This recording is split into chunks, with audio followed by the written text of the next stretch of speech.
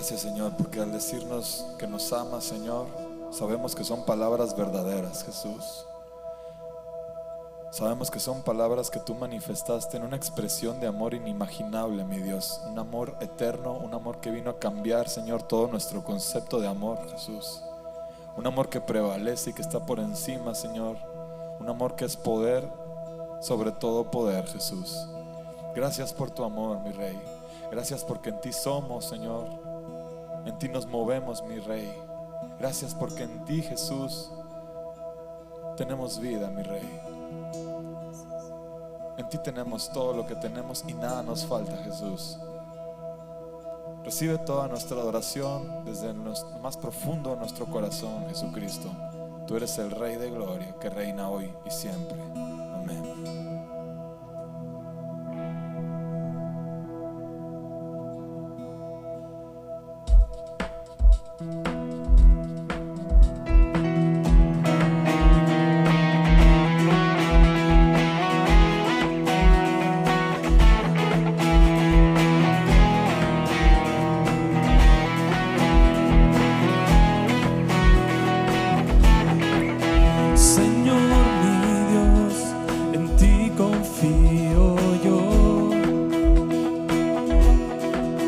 Señor mi Dios, en ti espero yo. Señor mi Dios, en ti confío yo. Señor mi Dios, en ti espero yo. En ti encuentro paz. En ti mi fuerza está. En ti respiro y vivo yo. Que todo lo que haga yo se encuentre en mi fe en ti. Levanto manos santas y yo te alabo.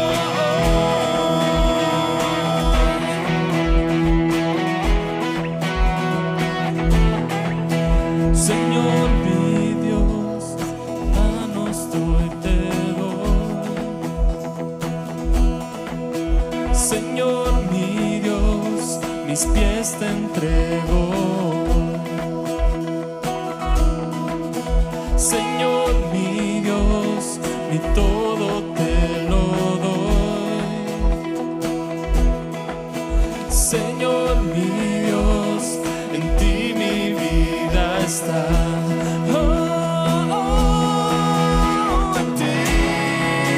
En ti encuentro paz. En ti mi fuerza está.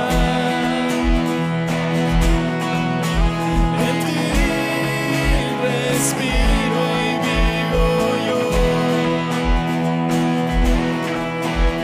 Que todo lo que haga yo se encuentre en mi fe en ti. Levanto manos santas y yo te alabo.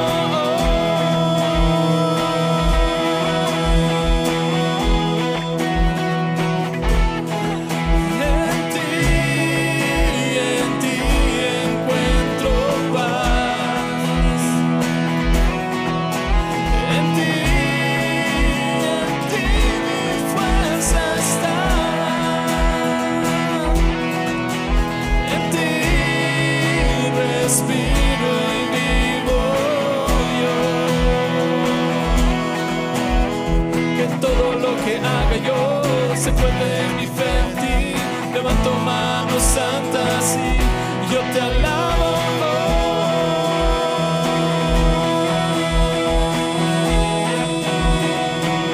Yo te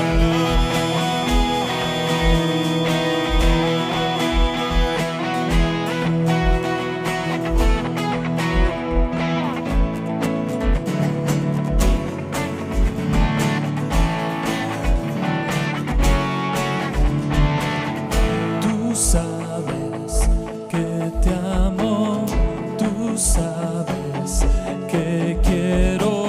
conocerte más, mucho más que ayer. Palabras de mi alma, palabras de mi ser, vivo para ti, en devoción a ti, Rey de majestad. Mi deseo es estar junto a ti, mi Dios, estar junto a ti, mi Dios. Cristo eres mi Rey, mi Salvador, y por siempre y siempre daré alabanza a ti. Cristo eres mi Rey, mi Salvador, y por siempre y siempre daré alabanza a ti. Tú sabes que te amo, tú sabes que quiero conocerte más, mucho más que ayer. Palabras de mi alma, palabras de mi ser, vivo para ti, en devoción a ti, Rey de majestad. Mi deseo es estar junto a ti, mi Dios, estar junto a ti, mi Dios. Cristo eres mi Rey, mi Salvador, y por siempre y siempre daré alabanza a ti.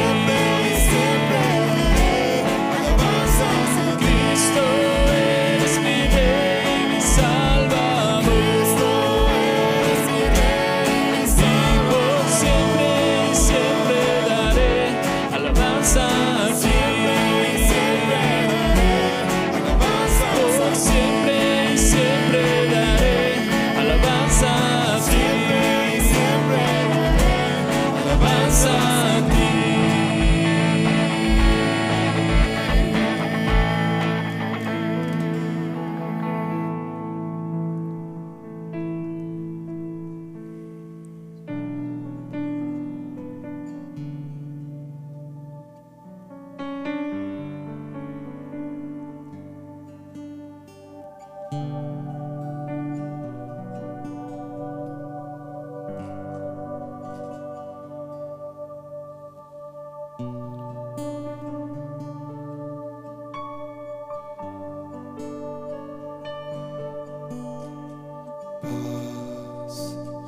Dame de tu paz, tormentas cesarán al oír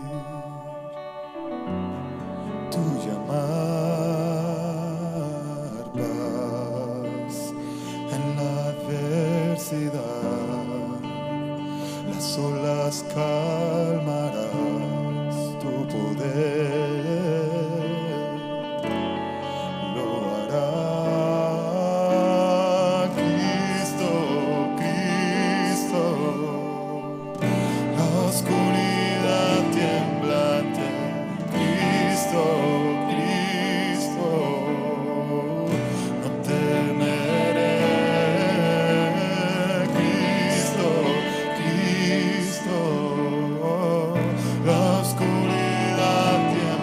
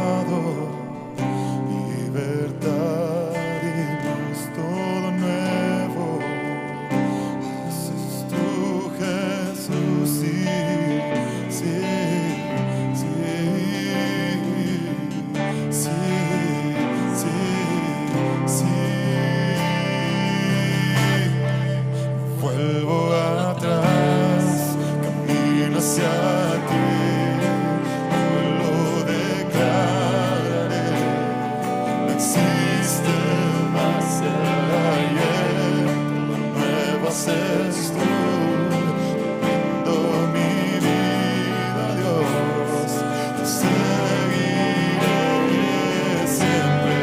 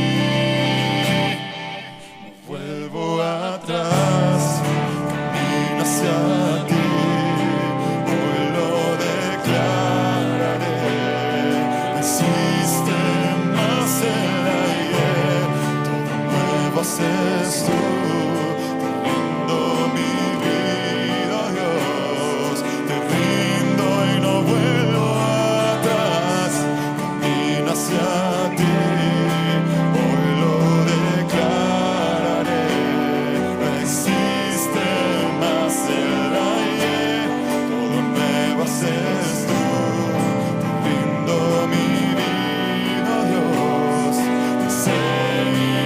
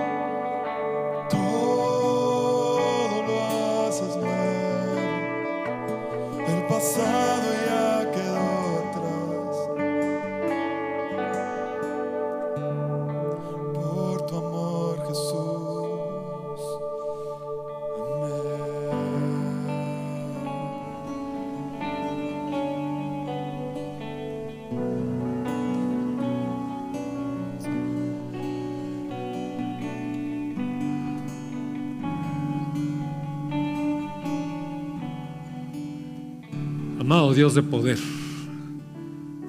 Dios de gloria y majestad, Dios soberano, creador, Dios eterno, Padre nuestro, Señor Jesús, nuestro libertador, nuestro salvador, nuestro Rey, Es un privilegio adorarte, Señor. Rendirte nuestro corazón, alabarte por siempre, declarar tus maravillas, Señor. Reconocer tu obra poderosa y venir delante de ti, Señor, rendidos en una actitud de adoración permanente, Señor Jesús,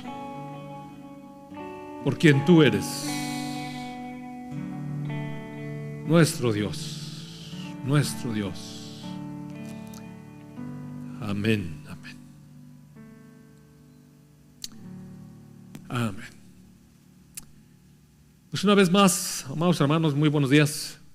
Les saludo con gusto, con afecto y con mucho gozo, adorando a nuestro Dios. Es un privilegio realmente poder estar ante su presencia, declarar sus maravillas, cantarle alabanzas, gozarnos delante de toda su obra maravillosa. Y fíjese usted que el tema que vamos a tratar hoy tiene que ver con la iglesia. En las semanas pasadas, tengo prácticamente desde marzo, abril, mayo, junio, julio, compartiendo con ustedes, quizás al principio, una serie de mensajes de esperanza, de paz, de confianza en Dios, digamos, de consuelo, para todo, en medio de toda esta situación tan crítica, podamos buscar la presencia de Dios. Las últimas semanas he estado predicando mensajes evangelísticos, invitando a las personas a acercarse al Dios viviente a través del único medio disponible en nuestro Señor Jesucristo. Pero he sentido en mi corazón que es tiempo suficiente para esto. Aquellos que han sentido en su corazón el llamado de Dios, han entregado sus vidas a Él, es necesario que crezcan en el conocimiento de la verdad. Y hoy voy a compartir con ustedes un tema ya un poco más de la iglesia. Y las próximas semanas voy a estar hablando cosas acerca de la iglesia, con aquellas personas que realmente están interesadas en seguir el camino del Señor Jesucristo, en conocer más a nuestro Dios, en tener una profunda comunión con Él. Y hoy voy a hablar con ustedes un tema que muchos cristianos quizás no conocen a fondo, se tiene quizás una idea, pero a veces no dimensionamos a qué estamos llamados. Y voy a ponerle por nombre a este tema, la cosmovisión cristiana. ¿Sabe que hay una serie de cosmovisiones? Cada persona puede interpretar el mundo, la vida, de diferentes maneras. Y usted puede leerlas, hay una serie de propuestas. Pero ninguna es una propuesta tan completa de principio a fin y verdadera como la palabra de Dios. La Biblia abre con la creación prácticamente del universo y cierra con el fin de los tiempos en la eternidad de Dios. Desde el principio, en los primeros 2 versículos, vemos el Espíritu de Dios trabajar sobre la faz de las aguas, donde la tierra estaba desierta, vacía, desordenada. Y en el final, en los últimos párrafos del Apocalipsis, vemos a la iglesia clamando junto con el Espíritu por el Señor Jesucristo, que claman y dicen, ven. Y la iglesia y el Espíritu dicen, ven. Y el Señor Jesucristo al final cierra y dice, vengo pronto. Entonces, de principio a fin, la Escritura es congruente con su mensaje. Y este mensaje tiene mucho que ver con nuestra concepción de cómo debemos interpretar la vida.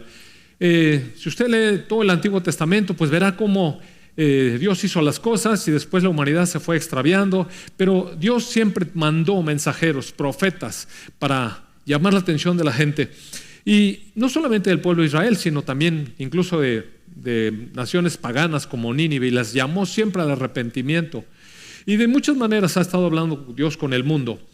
Sin embargo, hay un mensaje especial, el centro de todo esto tiene que ver con el Señor Jesucristo y con su cuerpo, que es la iglesia. La iglesia tiene muchas figuras y es difícil de describir. Quizás el libro que más abundantemente habla de la iglesia es el libro de Efesios, de eso vamos a hablar hoy. Y la iglesia forma parte crucial, fundamental de lo que es la cosmovisión de Dios, que nos da Dios para que podamos entender su creación y su obra en medio de ella. ¿Sabe usted que les comentaba yo que tiene muchas figuras la iglesia? La iglesia puede verse, por ejemplo, como un edificio viviente en construcción que se va llevando digamos, se está edificando con piedras vivas que somos nosotros, las personas. También podemos ver a la iglesia aquí como miembros de la familia de Dios. Vamos a ver cómo la iglesia también es como una especie de matrimonio en donde está desposada con Cristo y eventualmente va a tener sus bodas con el Señor Jesucristo. Entonces, hay una serie de figuras que tiene la iglesia. La vemos también como un guerrero valiente, poderoso, enfrentándose al enemigo de Dios. Podemos ver a la iglesia también como un templo o una casa donde Dios mora y le gusta habitar en medio de ella. Podemos ver a la iglesia también como un edificio viviente. En fin, hay una serie de imágenes a las cuales vamos a ir viendo ahorita, y van ustedes que es difícil entonces describir. Lo único que sí le puedo decir es que la iglesia no es lo que el mundo describe que es. La iglesia no es una organización, es un organismo vivo. La palabra la describe como el cuerpo viviente de Jesucristo. Es un organismo con vida. Ni tampoco es una institución. Entonces, lo que el mundo entiende por iglesia no tiene nada que ver. La iglesia tampoco es un sitio que está construido, no son templos hechos por manos humanas, sino está compuesto por las personas que han entregado su vida al Señor Jesucristo y reciben a Jesús en su corazón. Esto es lo que vamos a ver. ¿Sabe que el Espíritu Santo nos lo regaló el Señor Jesucristo para traernos a toda verdad, revelarnos su verdad? Y Dios está más que dispuesto para traer la verdad al corazón de todo aquel que le busca, de todo su corazón. La epístola a los Efesios habla con un saludo de Pablo, donde dice que fue elegido por voluntad de Dios. Efesios 1, verso 1, versión Nueva Traducción Viviente, dice: yo, Pablo, fui elegido por la voluntad de Dios para ser apóstol de Cristo Jesús.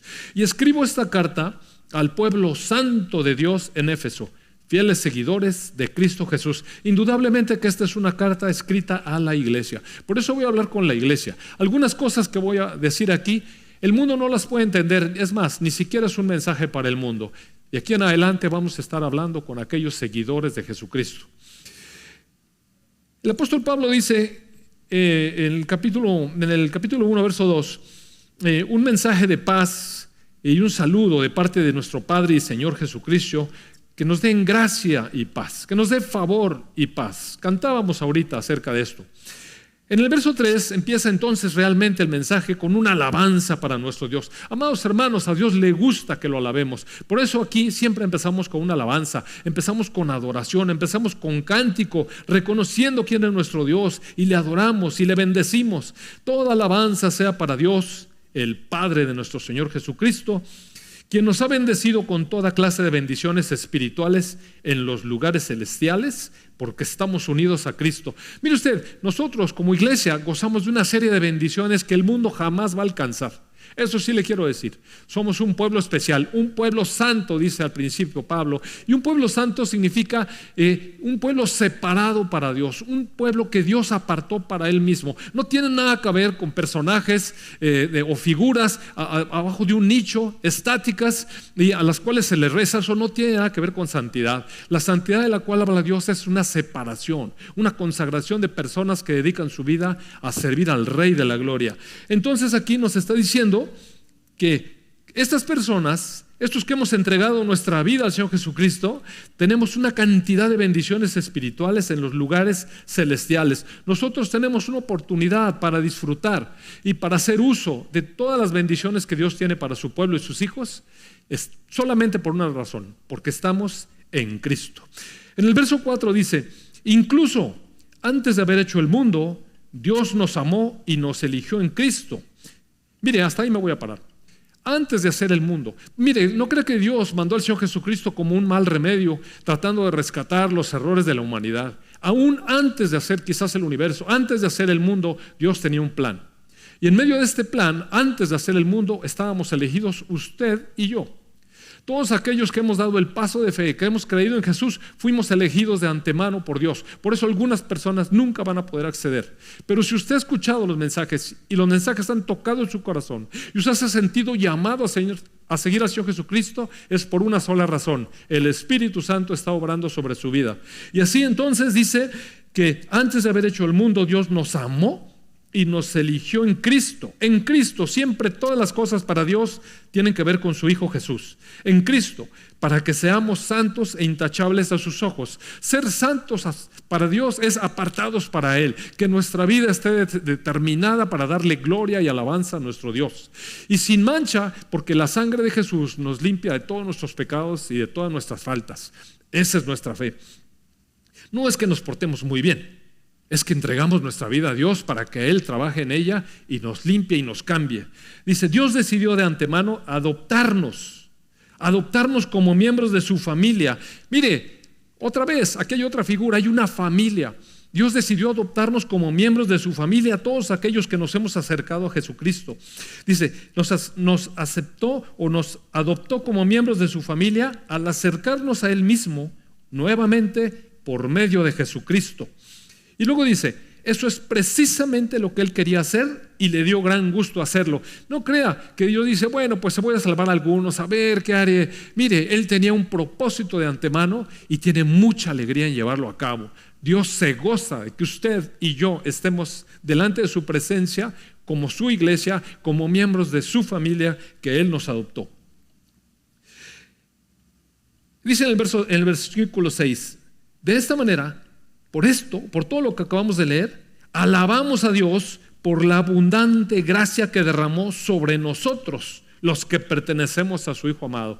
Amados hermanos, Dios ha derramado una gracia especial, es decir, un trabajo de su corazón que nos transforma. No es que nosotros seamos capaces, no es que nosotros lo merezcamos, es que recibimos su misericordia y su gracia, que es el trabajo del Espíritu Santo en aquellos que se acercan para quitarlos de la antigua manera de vivir y llevarlos a una manera nueva. Como cantábamos ahorita, Él hace todas las cosas nuevas y todo lo renueva con poder, con su Espíritu Santo.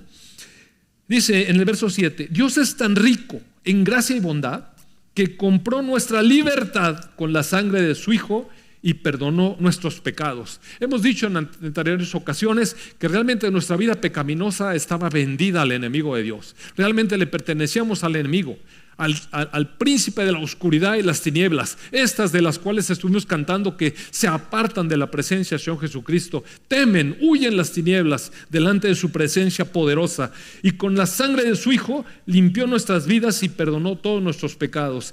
Verso 8 dice, Él desbordó su bondad sobre nosotros junto con toda sabiduría y entendimiento. Amados hermanos, a Dios le interesa que nosotros tengamos sabiduría y tengamos entendimiento de lo que es su palabra.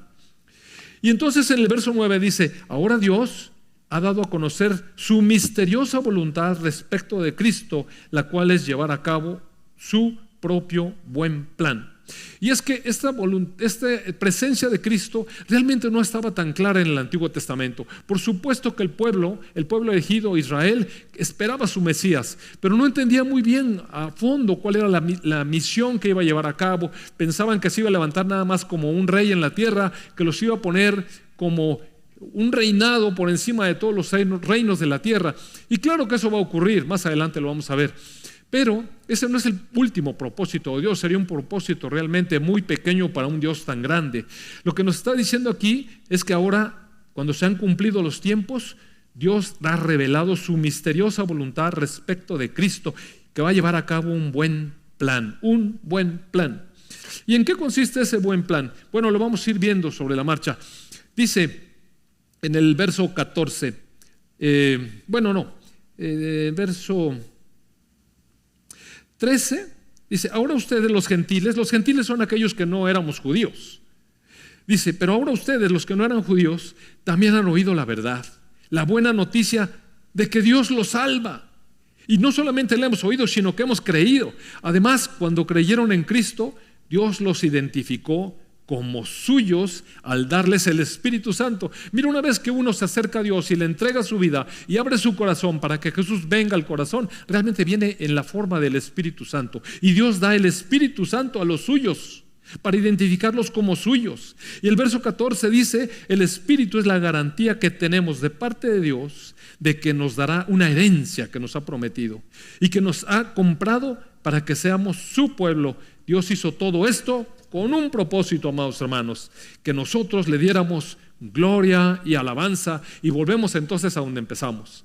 Fuimos creados para la gloria de Dios. Y no solamente para cantar, sino para que nuestra vida le alabe, para que nuestra vida le honre, para que nuestra manera de vivir sea apartada, separada y especialmente entregada para nuestro Dios. Después dice en el verso 22 del capítulo 1, dice: Dios ha puesto todo bajo la autoridad de Cristo, a quien hizo cabeza de todas las cosas para beneficio de la iglesia. Es decir, toda la autoridad que se había perdido por la rebelión de los ángeles y por la rebelión de los hombres ha sido puesta bajo la autoridad de Cristo. Y Cristo fue puesto por cabeza de todas las cosas para la iglesia. Y la iglesia es el cuerpo de Cristo. Aquí vemos ahora otra figura, un cuerpo, es decir, un organismo con miembros vivientes que obedecen todos a la cabeza. Cristo completa la iglesia y la llena y le da plenitud en todas las cosas con su presencia. Amados hermanos, nosotros vivimos para Cristo, para obedecerle, y Cristo vive en nosotros y para llenarnos con su presencia de una manera plena. En el capítulo 2, en la primera parte, se explica de dónde veníamos. Y Pablo no se arredra y no trata de darnos palmaditas en la espalda ni decir, bueno, es que miren, ustedes no eran tan malos. No, mire, va de frente, de dónde nos sacó el Señor a cada uno de nosotros, dónde vivíamos. Pero después nos empieza a decir, de ahí de donde nos trajo, a dónde nos tiene. En el verso 8 del capítulo 2 dice: Dios los salvó por su gracia cuando ustedes creyeron. ¿Cómo es que Dios nos salva? Por su gracia cuando nosotros creemos. Y dice que ustedes no tienen ningún mérito en eso. La salvación es un regalo de Dios. La salvación no es un premio por las cosas buenas que hayamos hecho. Así que ninguno de nosotros se puede jactar de ser salvos. Lo que somos es una obra maestra de Dios. Él nos creó de nuevo en Cristo Jesús para que nosotros pudiéramos hacer las cosas que Él preparó de antemano. Mire, esta palabra obra maestra tiene en el griego es la palabra poema. Es decir, es un poema, es una obra maestra, es una obra de arte que Dios hizo. ¿Y quién es eso? La iglesia, amados hermanos. La iglesia tiene un lugar fundamental en toda la cosmovisión de Dios. Después empieza a hablar acerca de cómo es que Dios unió a los judíos y a los gentiles en un solo pueblo a través de la cruz. Y entonces, más adelante en ese mismo capítulo 2, dice que en el verso 17 dice: Cristo les trajo la buena noticia de paz que tanto ustedes, los gentiles que estaban lejos de Él, como los judíos que estaban cerca, necesitábamos. Ahora, verso 18, todos podemos tener acceso al Padre por medio del mismo Espíritu Santo, gracias a lo que Cristo hizo por nosotros. Y mire, aquí hay otra figura: todos podemos tener acceso al Padre. Ahora nos vemos como hijos con poder, con la capacidad de llegar ante nuestro Padre. ¿Sabe que eso es un privilegio increíble? En alguna ocasión, hace muchos años, tuve la oportunidad de ir a Los Pinos en la Ciudad de México para recibir una serie de cosas que nos habían nos habían invitado a algunos médicos y a algunas enfermeras para recibir de parte del presidente. Y entonces realmente fui con una gran emoción, poder ver al presidente cara a cara, estrechar su mano, conocerlo personalmente. Oiga, eso era un privilegio y lo esperé con alegría. Y bueno, nos revisaron, un gran protocolo, etcétera, etcétera. Y cuando estuve delante del presidente, resulta que él volteó sus ojos a ver a la persona que seguía de mí, porque era una joven bastante atractiva. Y entonces se le quedó viendo a ella y me dio la mano nada más, y después me salí un poco decepcionado y con desilusión. Dice: híjole, cuánto tiempo anhelé ver al presidente a los ojos, y pasó esto. Pero mire, la verdad es que solamente somos hombres. Este hombre ya pasó y pasan los años y ahora hay otras personas en las funciones, etcétera. Pero nuestro Padre en los cielos, no hay mayor autoridad que Él, y la Escritura nos ofrece que tenemos acceso a su presencia. Y mire, tener acceso a la presencia de Dios como nuestro Padre es algo especial. Yo recuerdo cuando mi papá trabajaba y él tenía un puesto directivo en una empresa, y yo podía entrar a su oficina con toda libertad. Lo único que tenía que decir era que era hijo del licenciado, y entonces eso me daba acceso ante mi Padre. Y eso pasa en las cosas terrenales, pero amados hermanos, en las cosas celestiales, poder tener acceso libre al Padre y hablar con Él con toda libertad y con esa confianza de un hijo a un padre, con toda confianza, pero también con todo respeto, porque sabemos que es nuestro Padre celestial, es nuestro Padre santo, es nuestro Padre perfecto. Lo importante es esto: todos nosotros que estamos en Cristo tenemos acceso al Padre por medio del Espíritu Santo, y todo gracias a lo que Cristo hizo por nosotros. En el verso 21 dice: estamos cuidadosamente unidos en Cristo y vamos formando un templo santo para el Señor. Mire usted, aquí hay otra figura. Estamos formando un templo santo para el Señor. Por medio del Señor Jesucristo, nosotros los gentiles vamos a llegar a formar parte de esa morada donde Dios vive mediante su Espíritu. Entonces, ¿qué tenemos aquí? Un edificio en construcción, un templo que se está levantando, pero Dios mora en medio de él. Es decir, hay una casa espiritual viva. En el verso 19 dice: ustedes los gentiles ya no son unos desconocidos, ya no son extranjeros porque no pertenecíamos a Israel. Ahora son ciudadanos junto con todo el pueblo santo de Dios. Y mire, ser ciudadano está hablando de un reino. Y tener la ciudadanía le da unos privilegios a uno excepcionales. Uno a veces quisiera ir a otro país y disfrutar de los privilegios, pero solamente son para los ciudadanos. Entonces, cuando somos ciudadanos de una nación, tenemos ciertos privilegios. Y ser ciudadano del reino de los cielos nos da unos privilegios excepcionales. Y vemos otra figura: un reino y ciudadanos. Y otra figura más. Dice en ese segundo segmento, dice: son miembros de la familia de Dios. Ahora Dios nos está diciendo: son mi familia. Oiga, amados hermanos, juntos constituimos su casa, la cual está edificada sobre el fundamento de los apóstoles y los profetas. Y esa casa se construye sobre la piedra principal, que es Cristo mismo. En el capítulo 3, Pablo se extiende en esta explicación de cómo es que Dios reunió en un solo pueblo a los judíos, a los gentiles, y da a conocer más a fondo el misterio de Cristo. En el verso 8 dice: aunque soy el menos digno de todo el pueblo de Dios. Y Pablo decía esto porque él persiguió a la iglesia y se sentía indigno.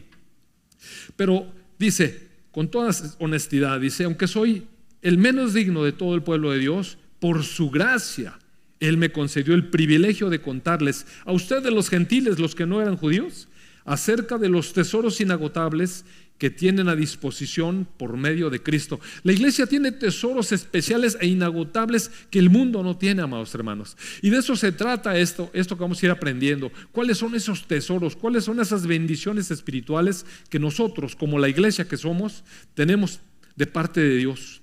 Y el Espíritu Santo está para revelarnos todo eso. En el verso 9 dice: fui elegido para explicarles a todos el misterioso plan que Dios, el creador de todas las cosas, mantuvo oculto desde el comienzo.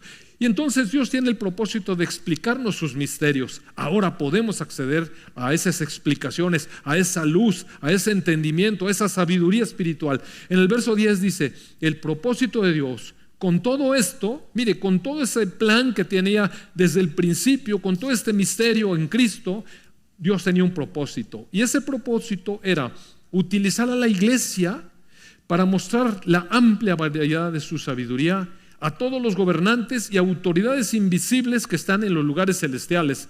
Hace una semana comentaba yo con ustedes el origen de la rebelión en los cielos, cómo Satanás, este ángel querubín especial, guardador de los ejércitos de Dios, se rebeló en contra de Dios y se llevó con él a la tercera parte de los ángeles. Bueno, una revolución en los cielos, una gran rebelión. Pues mire, Dios se propuso que por medio de la iglesia le iba a revelar a todos esos rebeldes ángeles la sabiduría de Dios, derramando gracia, derramando poder y salvando a todos aquellos que Él mismo enredó en todo su despropósito que tiene.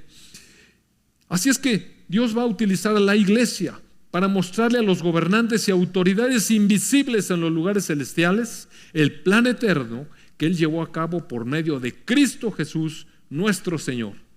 Y dice Pablo: gracias a Cristo y a nuestra fe en Él, podemos entrar en la presencia de Dios con toda libertad y con toda confianza. Amados hermanos, a veces veo personas que dicen: ore por mí, y es que no han entendido que cada hijo de Dios, cada creyente, cada persona que se ha entregado a Él tiene la plena confianza y la plena libertad para acercarse a su Padre y poner sus peticiones delante de Él y explicarle su situación y esperar que Dios derrame su gracia y le enseñe por qué estamos pasando por tal o cual cosa y cuál es el propósito que tiene en ello, porque nuestro Dios es un Dios de propósito.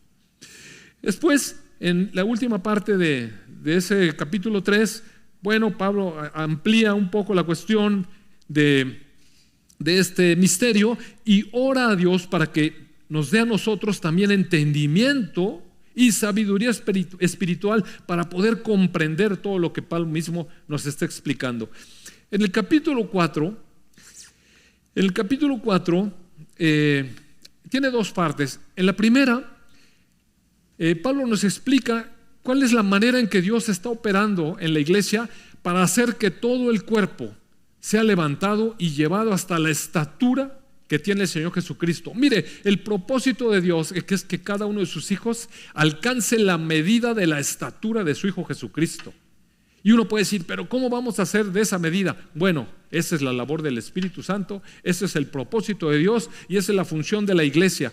Y no estoy hablando aquí de unos cuantos dirigentes, sino de los dones que Dios le regaló a la iglesia. Dice en el verso 11, ahora bien, Cristo mismo dio los siguientes dones a la iglesia. Dones son regalos. ¿Qué cosa fue lo que Cristo regaló a la iglesia? Apóstoles, profetas, evangelistas, pastores y maestros de la palabra.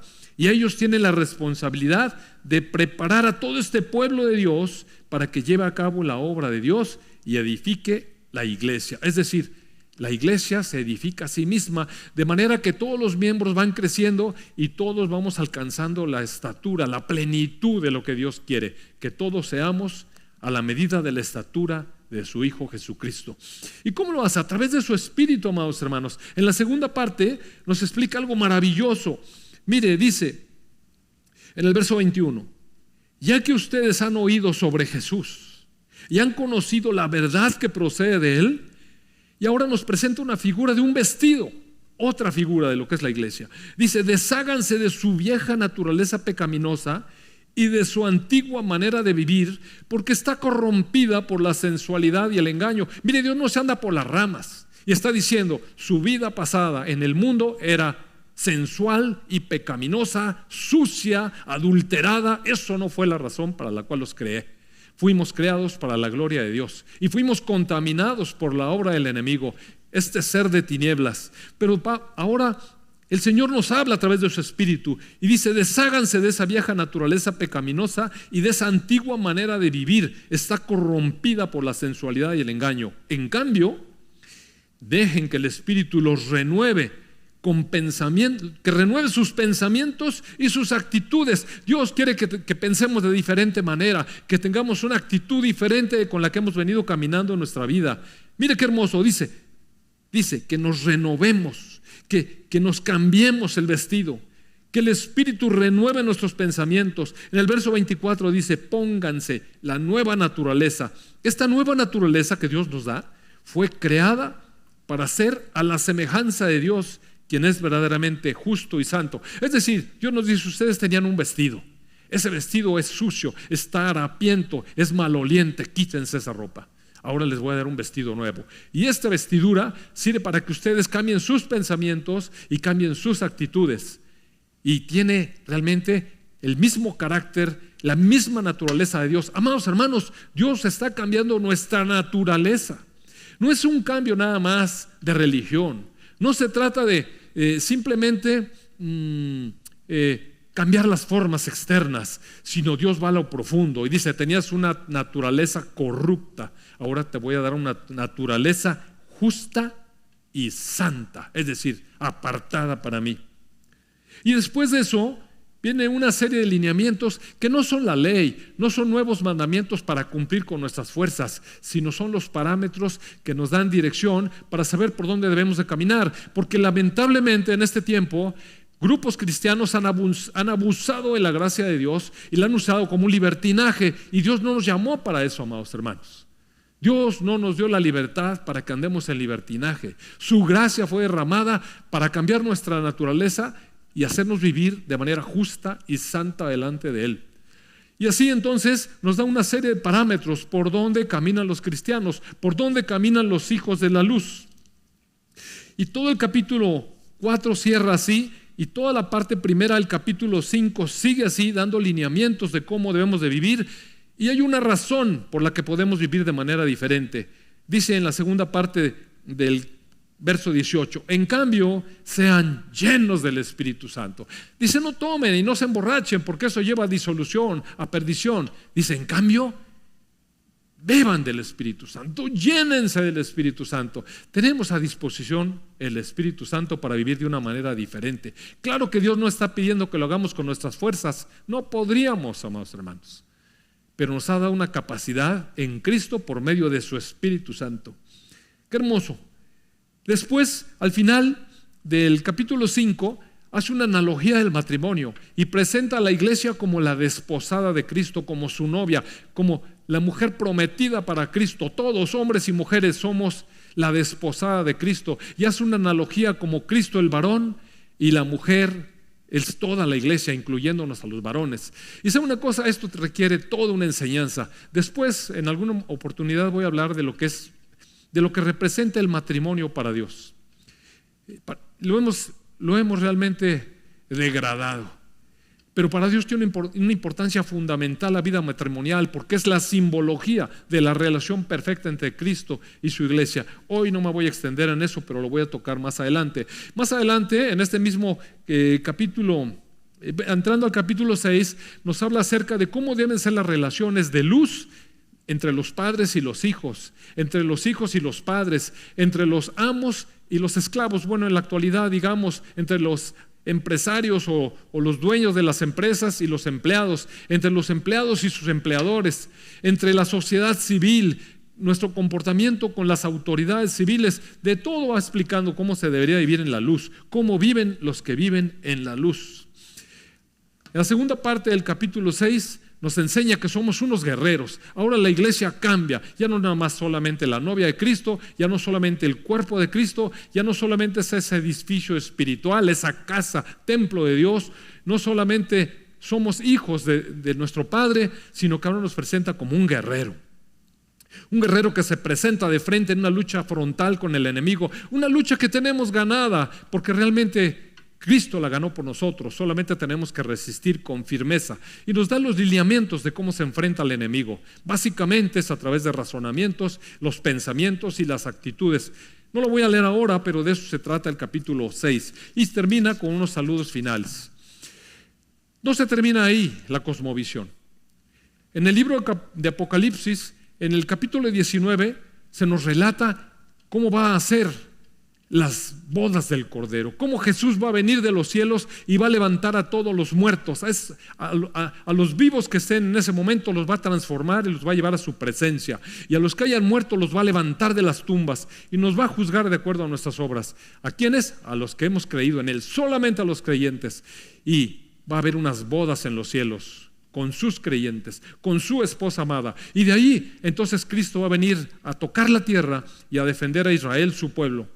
Y ahora sí, el Señor, como el gran guerrero, va a vencer a todas esas naciones que han abusado de su pueblo. Previo a eso va a haber una tremenda tribulación, una guerra como nunca, una persecución y aflicción para el pueblo judío y para el resto del mundo como nunca la ha habido y como nunca la habrá. Mire, si le parecieron horrores el holocausto de la Segunda Guerra Mundial y le pareció terrible todo lo que pasó con la humanidad en la Segunda Guerra Mundial, no es nada comparado con lo que viene. El regreso del Señor Jesucristo pondrá fin a todas estas naciones belicosas, peleoneras y que han estado en contra de su pueblo, y va a poner orden, y nosotros vamos a gobernar con Él sobre todas las naciones de la tierra durante 1000 años, dice la Escritura, y vamos a gobernar sobre las naciones junto con nuestro Señor Jesucristo. Aquellos que creamos en el Señor Jesucristo seremos levantados con una nueva vida para gobierno. Finalmente, amados hermanos, el enemigo va a ser encarcelado durante esos 1000 años y va a haber un gobierno de justicia en la tierra como nunca lo ha habido. El Rey de justicia y de santidad va a gobernar sobre los hombres. Y aún así dice la Escritura que al terminar los 1000 años, hombres que han estado bajo este gobierno de perfecta justicia y de santidad, se van a rebelar de todas maneras, porque así es el corazón de las personas. Y se van a rebelar en contra de Cristo. Y el enemigo va a ser soltado de sus cárceles. Durante esos 1000 años estaba atrapado ahí. Y va a incitar a los hombres para que se rebelen contra el gobierno justo y santo del Señor Jesús. Y va a haber la última guerra de todas. Después de eso, el diablo y estos hombres rebeldes y todos aquellos muertos que van a ser levantados para el juicio final serán arrojados al lugar de las tinieblas. Qué importante, amado hermano, estar en Cristo desde ahora. Qué importante considerarlo. Y aparte, qué bendición, qué gozo, qué alegría, qué confianza, qué paz para todos aquellos que sabemos que somos parte del cuerpo de Cristo, su iglesia amada. Al final, en el capítulo 21-22, se empieza a presentar los tiempos finales. En el 22 especialmente se presenta lo que es la Gran Jerusalén, otra figura, una ciudad celestial que describe ahí, difícil de comprender para nosotros, difícil de comprender, pero que va a ser una realidad. Y su iglesia, sus redimidos, sus escogidos, todo el pueblo santo de Dios va a vivir con Él para siempre en una plenitud de bendición y de vida abundante para nuestro Dios. Y como le comentaba yo, el Espíritu Santo cierra Apocalipsis junto con la iglesia diciendo: ven Señor Jesús. Y el Espíritu y la iglesia dicen: ven Señor Jesús. Y el Señor Jesús responde: he aquí que yo vengo pronto. Esta es la cosmovisión. Esto es lo que espera para todo aquel que cree en el Señor Jesucristo. Poco a poco vamos a irnos adentrando en los misterios de la palabra. Misterios que Dios tiene en su corazón intención de revelar a sus hijos, aquellos que buscan con un corazón genuino, con un corazón, digamos, honesto, humilde, sencillo y entregado. Vamos a orar. Vamos a darle gracias a Dios por sus grandes planes, por su inmensa misericordia, por su poder, por su soberanía, por su sabiduría, por todo lo que Él se ha propuesto. Amado Padre, te damos tantas gracias, porque ahora, Señor, sabemos a qué hemos sido llamados. Te damos gracias por escogernos y amarnos antes de la creación del mundo. Padre, te damos gracias porque te propusiste perdonarnos y limpiar nuestras vidas a un alto costo, la sangre de tu Hijo Jesús, para presentarnos delante de ti, Señor, apartados, separados, santos y limpios, sin mancha, delante de ti, para hacer todas las buenas obras que tú has planeado. Gracias por darnos tu Espíritu Santo, Señor, por llenarnos de ese poder, amado Padre, y por abrir delante de nosotros todo este panorama de eternidad. Y Padre, para poder echar mano de la vida eterna a partir de que recibimos a nuestro Señor Jesús. Gracias, Señor. Te alabamos, te bendecimos, te adoramos, te exaltamos, oh Dios de amor, Dios eterno, Dios de poder, Dios soberano. En el nombre de tu Hijo Jesús. Amén, amén. Amén.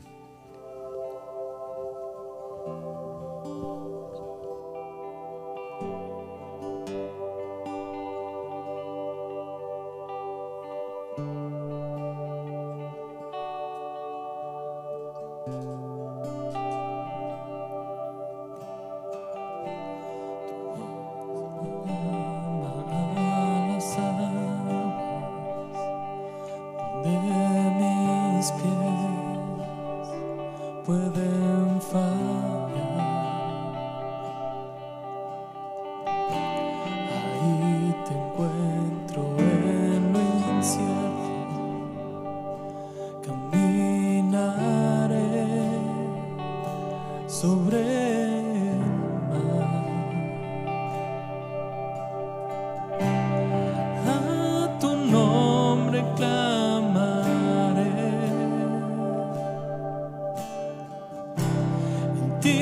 Mis ojos fijaré en tempestad, descansaré en tu poder, pues tuyo soy hasta el final.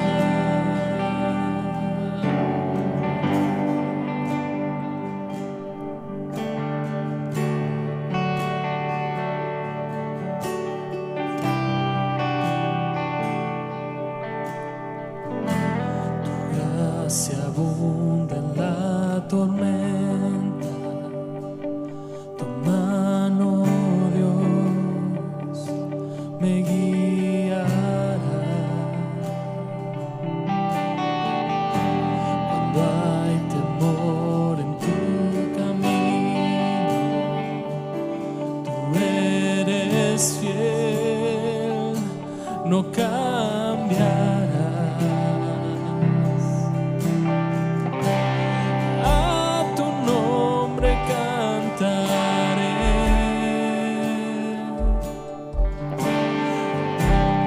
ti mis ojos fijaré.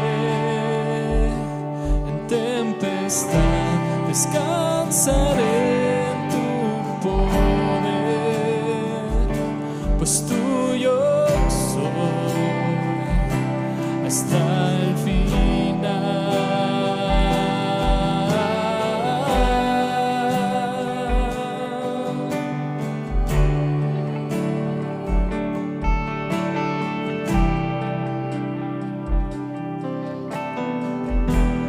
que tu espíritu me guía sin fronteras, más allá de las barreras, a donde tú me llames.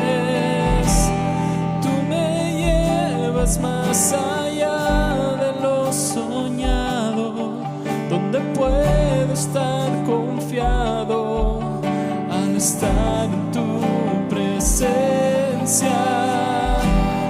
Que tu espíritu me guíe sin fronteras, más allá de las barreras, a donde tú me llames.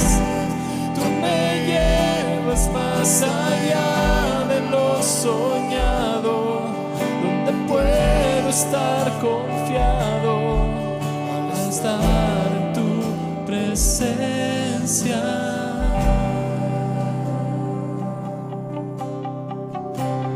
A tu nombre clamaré, en ti mis ojos fijaré. En tempestad descansaré en tu poder, pues tuyo soy hasta el fin.